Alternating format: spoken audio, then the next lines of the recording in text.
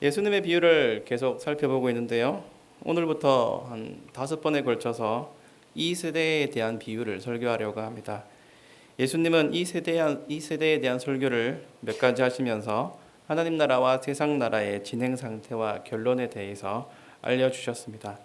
당연히 이 세대에 대한 비유들은 씨에 대한 비유와 연결되어 있습니다. 씨를 세상에 뿌리셨으니까요. 그래서 단순히 비유를 순서대로 나열하지 않고 주제별로 묶어서 하려고 하는데, 이 세대에 대한 묶음 설교 다음에는 하나님 나라에 대한 비유로 넘어가려고 합니다. 사적으로 말씀드릴 것은 성경 읽기에 대한 조언입니다. 성경은 항상 넓게 멀리서 보셔야 됩니다. 한 구절의 의미를 깊이 파고드는 것도 좋지만 그 구절의 의미는 동떨어져 존재하는 게 아니어서 앞구절과 뒷구절, 앞장과 뒷장을 함께 살펴보는 연습을 하셔야 됩니다. 그래야 성경을 잘 이해할 수 있고 설교 듣는 것도 편하실 겁니다. 저처럼 미숙한 설교자의 말을 잘 따라오려면 필요한 일이기도 합니다. 씨 뿌리는 자의 비유에서 우리는 복음이 무차별적으로 선포되는 선물이라는 점을 알았습니다. 예수님은 알곡과 가라지에 싹수를 보고 말씀을 전하지 않으셨습니다. 될 수 있는 한 많은 이에게 천국 복음을 전하셨습니다. 하지만 좋은 씨가 뿌려졌지만 그 결과는 극단으로 나뉘는 걸 알았죠. 처음부터 다른 길입니다. 이렇듯이 복음은 차별 없이 전파되지만 결과는 차별적입니다. 우리는 어떤 결론의 길로 가고 있는 사람들입니까? 복음은 점이 아니라 선입니다. 인간의 과거와 현재와 미래를 다룹니다. 한 개인으로 볼 때 복음은 불현듯 찾아온 기쁜 소식입니다. 그러나 이 복음은 오랜 세월 이어온 약속입니다. 뭐가 보이시나요? 선이 나옵니까? 파워포인트는 포기하겠습니다. 한 개인에게 임한 복음은 구약과 신약의 약속과 성취, 먼 미래의 예언까지 집대성된 결과물입니다. 이런 복음을 깨달은 사람은 자신의 위치를 잘 압니다. 사도신경으로 볼 때 복음은 예수 그리스도께서 죄인인 우리를 위해 행하신 일인데, 잘 알다시피 그의 유일하신 아들 우리 주 예수 그리스도를 믿는다는 고백이 나오죠. 그런데 그 고백 앞에는 무엇이냐 하면 하나님이 천지를 창조하신 것이 있고, 그 고백 뒤에는 성령께서 교회를 다스리시는 모습이 나오는데 마지막은 영생이 나옵니다. 그러니까 사도신경으로 봤을 때에도 우리의 구원은 지금 이 자리의 나를 중심으로 태초부터 영생까지 이 긴 선 위에 존재한다는 거죠. 참된 신자는 이 역사의 흐름을 듣고 깨달아야 됩니다. 성경으로 말이죠. 그게 바른 신앙 고백이고 사도신경에 담긴 뜻입니다. 예수님의 시대 바리새인들의 문제는 이 긴 역사에 대한 바른 깨달음이 없었다는 것입니다. 유대인들에게 오래 쌓여 굳은 생각이 있습니다. 그것은 메시아 사상입니다. 이것을 신앙이라 하지 않고 사상이라고 표현한 것은 말 그대로 그들의 지식이 믿음으로 변하지 않았기 때문입니다. 하나님의 구원 계획을 먼저 접한 사람들이 유대인입니다. 선지자들이 활동하던 주 무대도 남유다와 북이스라엘 땅이고요. 그들이 딛고 선 땅, 약속의 땅, 가나안 땅입니다. 저 멀리 조상 아브라함에게 주신 언약, 믿음의 자손이 별과 모래처럼 많을 것이라는 하늘의 약속이 도도히 흐르는 땅이 곧 유대인의 생활지역인 팔레스타인입니다. 그들 안에 차고 넘치는 것은 오실 메시아에 대한 약속입니다. 그럼에도 유대인들은 특히 그 중에 율법을 가르치는 위치에 있는 바리새인들과 율법사들은 복음을 입체적으로 보지 못했습니다. 그건 이 사람들이 오랜 시간 전통으로 덮었기 때문입니다. 순수한 복음의 색을 인간의 고집과 전통으로 덧칠해 버렸습니다. 메시아 신앙으로 이어져야 할 복음의 대로 옆에 다른 길을 놓아 버렸습니다. 율법과 선지자라는 같은 내용을 공유하되 다른 차원의 신념을 만들어낸 자들은 믿기를 거부하는 교만한 자들이 된 것입니다. 긴 역사의 선 위에 세례요한은 세례요한의 자리에, 예수님은 예수님의 자리에 있습니다. 요한은 예비하는 사람이고 예수님은 복음의 중심이요 실체이십니다. 이런 위치를 모르고 눈을 감아버리면 복음 가운데 들어가지 못하는 거예요. 예수님이 말씀하시는 이 세대는 그런 사람들입니다. 무엇을 말해도 듣지 않으려고 작정한 불신의 세대입니다. 첫 번째 설교에서 비유는 간접 화법이고 비밀 편지이며 드러냄과 감추임이라 했고, 두 번째 설교에서는 구약의 재해석이라고 말씀드렸습니다. 오늘 세 번째 설교에서는 비유의 목적을 구분하기라고 하겠습니다. 나중에 양과 염소의 비유에서 살펴보겠지만 복음의 결론은 천국과 지옥입니다. 복음의 약속을 믿는 자들은 하나님을 만날 것이고 믿지 않는 자들은 영원히 고통당할 것입니다. 장터의 아이들은 바로 그 믿지 않음, 불신의 상태를 보여줍니다. 예수님께서 이 세대는 장터에서 노는 아이들과 같다고 비유하셨습니다. 아이들이 노는데 한쪽에서 피리를 불 테니까 춤을 추라고 하고, 또 한 번은 아이고 아이고 하면 울라고 합니다. 아이들 놀이의 흔한 장면입니다. 특유의 고집과 기준이 있죠. 상대방이 내 말에 꼭 따라야 됩니다. 그 시대나 지금이나 똑같습니다. 2019년에 저도 아들의 기준에 맞추어서 괴물이 되기도 하고 말이 되기도 하고 사자가 되기도 하고 코끼리, 거인이 되기도 합니다. 제 의사는 상관없이 그렇게 변하죠. 순전히 자기 마음대로인 겁니다. 장터의 아이들이 노는 방법은 쉽게 말해서 축가와 예가입니다. 축제와 장례식입니다. 예수님은 여기서 함께 놀기를 주장하는 아이들을 바리새인과 율법 교사로, 그들과 함께하지 않은 아이들을 세례 요한과 당신으로 비유하십니다. 이렇게 보면 주제는 명확합니다. 바리새인과 율법 교사들은 자기들의 생각대로 자기들 고집대로 제어하려고 했지만 세례 요한과 예수님은 진리의 길을 그대로 걸어가셨습니다. 이것이 비유의 본뜻입니다. 세례 요한에겐 춤을 강요했어요. 그놈한 척 하지 말라는 거죠. 보통은 이게 통했습니다. 이 사람들은 그런 방식으로 지금껏 살았기 때문입니다. 부패한 종교 지도자들은 맹인이 맹인을 인도하듯이 하였습니다. 말씀도 지식도 없던 군중은 그저 앞에서 하라는 대로 따라했습니다. 저 종교 지도자들은 세례 요한도 쉽게 봤습니다. 광야에 살고 메뚜기와 석청을 먹고 목소리가 좀 큰 사람, 좀 특이한 행동으로 반짝 인기를 끄는 신인이라고 생각했습니다. 구경하러 갔어요. 그러다가 진창 욕만 얻어먹고 말았죠. 독사의 자식들아, 누가 너희를 가르쳐 임박한 진노를 피하라 하더냐. 회개에 합당한 열매를 가져오라. 세례 요한은 예수님의 길을 준비한 사람입니다. 그가 알기에 예수님으로 구원받으려는 사람은 회개부터 해야 됩니다. 돌이켜야 됩니다.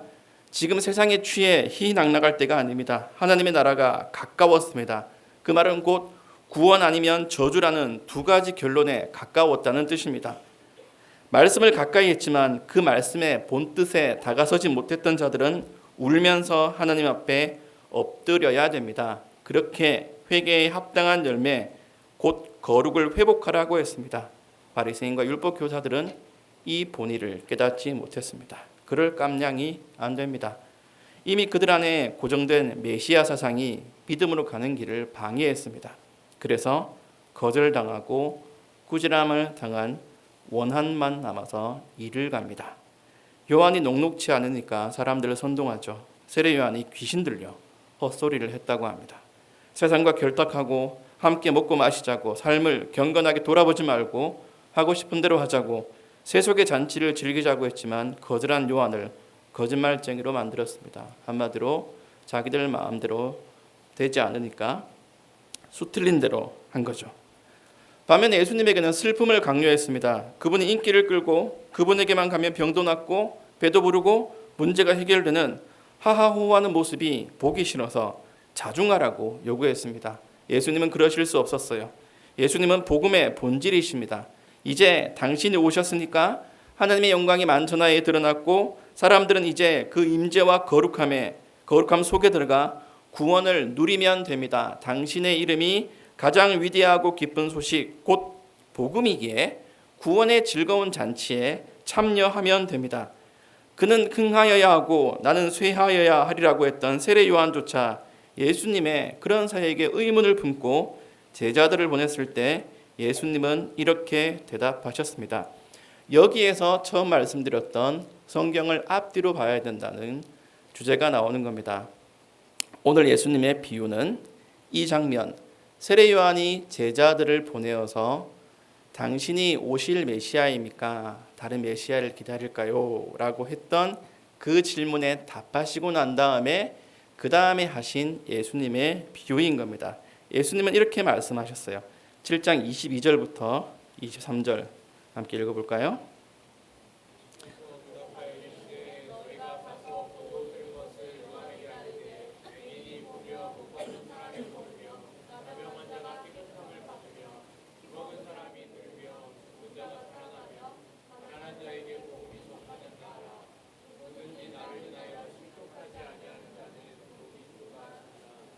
예수님의 이 말씀은 다분히 이사야 29장의 말씀을 인용하신 것입니다.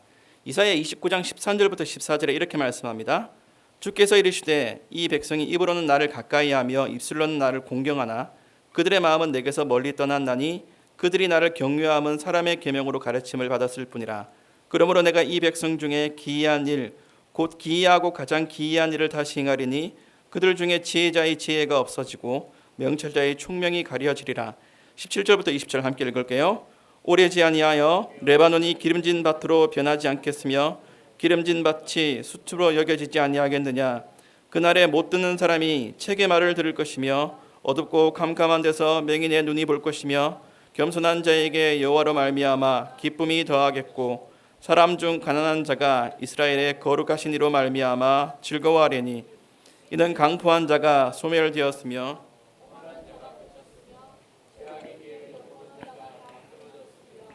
그들은 송사로 사람에게 죄를 씌우며 성문에서 판단하는 자를 올무로 잡듯하며 헛된 일로 의인을 억울하게 하느니라. 예수님은 이 모든 예언이 당신을 통해 성취될 것을 아셨습니다. 그분이야말로 당연히 죄인의 친구요 형제가 되시는 것은 당연했습니다. 그 일을 위해 죄 많은 육신을 입으셨기 때문입니다. 그 사역으로 인해 좋은 밭에서 백배의 결실이 맺어질 것도 아시고 위선자들의 가면이 벗어질 것도 아시고 세례 요한과 예수님에 대한 비방도 거짓으로 나타날 것을 아셨습니다. 그래서 저들의 요구에 응하지 않으셨습니다. 도리어 독사의 자식들아 곧 사탄의 노예들아 너희가 악하다. 악한 그 속에서 선한 말이 나올 수 없다고 꾸짖으셨습니다. 그에 대한 반감으로 예수님을 세리와 죄인의 친구라면서 선동한 것입니다.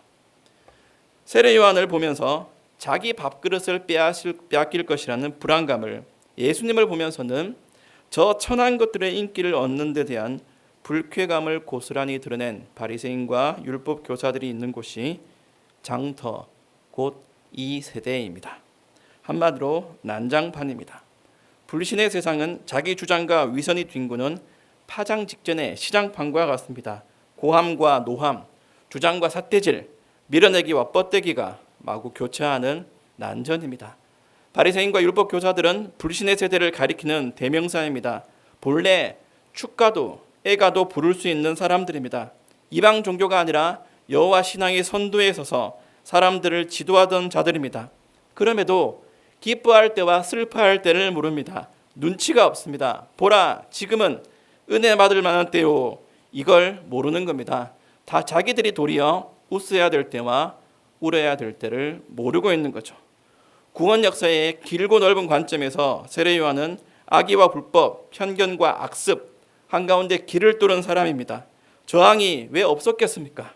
그럼에도 선동당하지 않았습니다.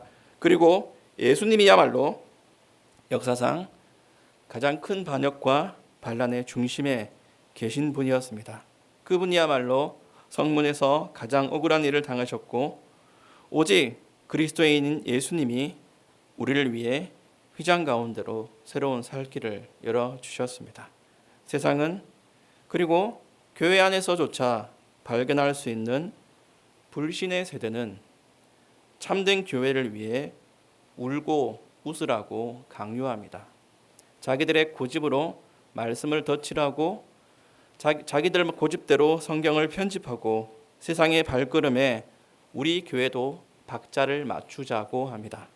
돈을 위해, 집단을 위해, 권력을 위해, 우파를 위해, 좌파를 위해, 성공과 명예를 위해, 우상화된 종교 전통을 위해 꼭두각시가 되라고 합니다. 그러나 참된 교회는 그런 분위기에 편승하지 않습니다. 올곧은 길을 갑니다. 오직 성경이 가라는 데서 땅끝에서 땅끝에 이르기까지 진리의 길을 가는 겁니다. 예수님은 이 세대를 불신의 세대로 규정하시면서 스스로의 기준이 아니라 말씀에 자신을 맞춰 나가기를 요구하십니다. 믿음은 납득이 아니에요. 참된 지식을 바탕으로 하지만 거기에 설득되어서 믿는다고 하는 게 아닙니다. 은혜가 아니면 누구도 믿을 수 없습니다. 그렇다고 선동도 아닙니다. 인간의 고집에 좌우되는 것이 아닙니다. 나를 설득하라. 그렇지 않으면 나를 따르라. 이게 이 세대의 특징입니다. 저들은 좁은 길 바깥 16차선 도로에서 구원의 긴 선을 구경하는 자들입니다. 그들은 한 점밖에 볼 줄 모릅니다. 자기들 관점으로 이러쿵 저러쿵 합니다. 우리는 그 세대의 선동에 휘말리지 말아야 됩니다. 악한 전통에 얽매인 자들은 자신들에게 맞지 않다고 구원회로의 초대에 응하지 않았습니다. 예수님은 그런 불신의 세대를 가리기 위해 비유를 사용하셨습니다. 그래서 비유는 구분하기, 곧 갈라놓기입니다. 사탄의 나라가 하나님의 나라를 주시하는 관점은 항상 같습니다. 이래도 싫고 저래도 싫은 거예요. 저 옛날 전래동화 속에나 나올 것 같이 국이 짜다, 국이 싱겁다 하는 못된 시어머니 같이 하는 겁니다. 성경에 대해 그렇게 성경으로조차 왜곡을 일삼으려고 하지만 세대가 지날수록 그런 현상은 두드러지겠지만 주의 교회는 거기에 쉽게 무너지지 않습니다. 저들과 우리를 구분해야 됩니다. 복음을 전할 때는 깊이 다가서야 되고 그러나 믿는 도리를 보존하는 데는 선명해야 됩니다. 사람은 모두 자기 중심입니다. 아이들만 자기 고집대로 요구하는 게 아니라 인간은 모두 그렇습니다. 현상과 시대의 해석을 아전인수로 합니다. 그러나 믿음은 사물과 현상을 조망합니다. 멀리 위, 하늘 위에서 전체를 볼 줄 압니다. 넓게 펼쳐서 하나님의 시각으로 모든 사건과 일상을 배치하고 정렬합니다. 역사와 시대를 초월하는 그 시각을 주는 겁니다. 2019년 그 시대를 넘어서 구약과 신약, 기원 전과 기원 후, 과거와 미래, 태초와 종말에까지 걸쳐서 일어나는 우주적인 구원 사건을 보면서 지금 이 자리에 나라는 결론을 낼 줄 압니다. 바리새인들은 과거에 묶여 현실을 부정하고 장래를 파괴했지만 예수님은 그런 자들에게 비유를 던지십니다. 이것도 해석해봐라.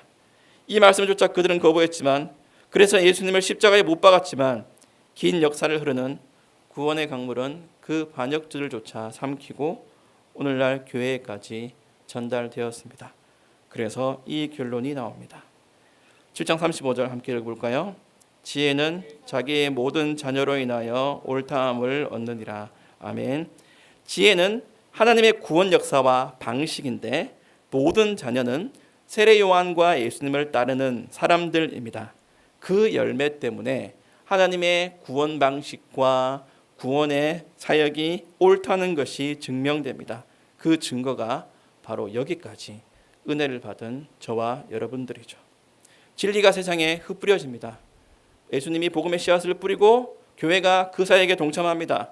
그 안에서 참된 진리를 발견하여서 겸손하게 화로도 하나여 망하게 되었다다 하고 곡하는 사람이 하나님의 영광을 보여주신 예수 그리스도, 은혜와 진리가 충만한 그분을 보고 기쁨의 탄성을 낼 줄 아는 자들이 점점이 연결되어서 구원의 역사를 길게 유지합니다. 우리는 기쁨과 슬픔, 축가와 애가, 탄생과 죽음, 결혼과 신혼이 아름답게 혼합된 세계에 살고 있습니다. 우리는 말씀 가운데 이 모든 것이 우리에게 의미 있음을 잘 알게 되죠. 죄로 인해 슬퍼하고 그 죄인을 구원하신 은혜에 감격하여 기쁨의 눈물도 흘릴 줄 아는 자들입니다. 십자가로 슬퍼하면서 예수님과 혼인한 신부가 되어서 그가 재림하실 것도 기다릴 줄 압니다. 우리의 시각은, 우리의 시야는 어디에까지 열려 있습니까? 내 주변에서, 내가 다니는 길목에서 일어나는 일, 그리고 내 인생 100년이 채 되지 않는 이 시간선상 안에서만 일어나는 일에 주목하고 거기에 일희일비하고 있지는 않습니까? 우리의 구원은 그런 짧은 간격 안에 있지 않습니다. 온 우주의 주목을 받으면서 역사를 관통하는 구원의 은혜가 지금 나에게 흘러와서 흘러가고 있습니다. 그 긴 역사를 이룩하시는 하나님께서 잠시 나에게 고난이 있다고 하더라도 과연 포기하시겠습니까? 교회가 잠시 어렵다고 하더라도, 모든 것이 고난 중에 있다고 하더라도 하나님께서 과연 우리를 그냥 두고 보시겠습니까? 이 진리를 깨달아서 주의 은혜 안에 항상 평안하시기를 빕니다. 아멘.